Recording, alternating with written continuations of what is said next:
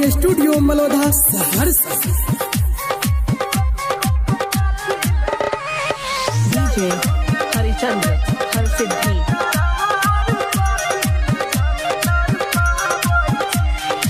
आँखों में नींद नहीं छो दिल में करार कथी ले जान तर पाबै छी।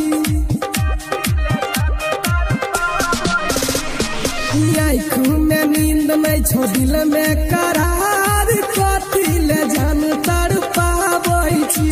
नहीं छो हमारा पता नहीं छो तोरा पता कि नजरिया चुराबै छी। आँखों में नींद नहीं छो दिल में करार कथी ले जान तर पाबै छी। आँखों में नींद नहीं छो दिल में करार कथी ले जान तर पाबै छी।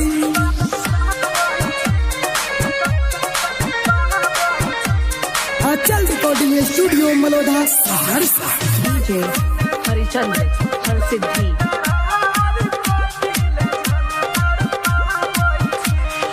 जी बहु ने तोरा से हम दूर होई के करे छियो आँख लाल दुनू रोई के। जीवन तोरा से हम दूर होई के करे छियो आँख लाल दुनू रोई के। नहीं सहाय तो सनम ई जुदाई के गम जीते जीते मुबई भी। आँखों में नींद नहीं छो दिल में करार कथी ले जान तर पाबै छी। आँखों में नींद नहीं छो दिल में करार कथी ले जान तर पाबै छी।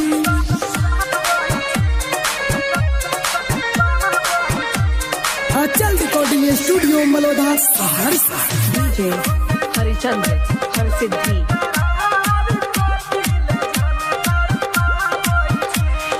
जूनियर बनसी के तोड़ देली दिल गे राइटर विशेषर से गेलही तू मिल गे।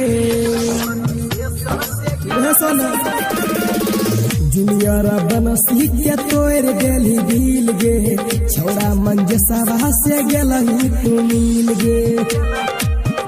नहीं कटै छो दिन नहीं कटै छो रात तू हंसाई के कांदबै छी। आँखों में नींद नहीं छो दिल में करार कथी ले जान तर पाबै छी। आँखों में नींद नहीं छो दिल में करार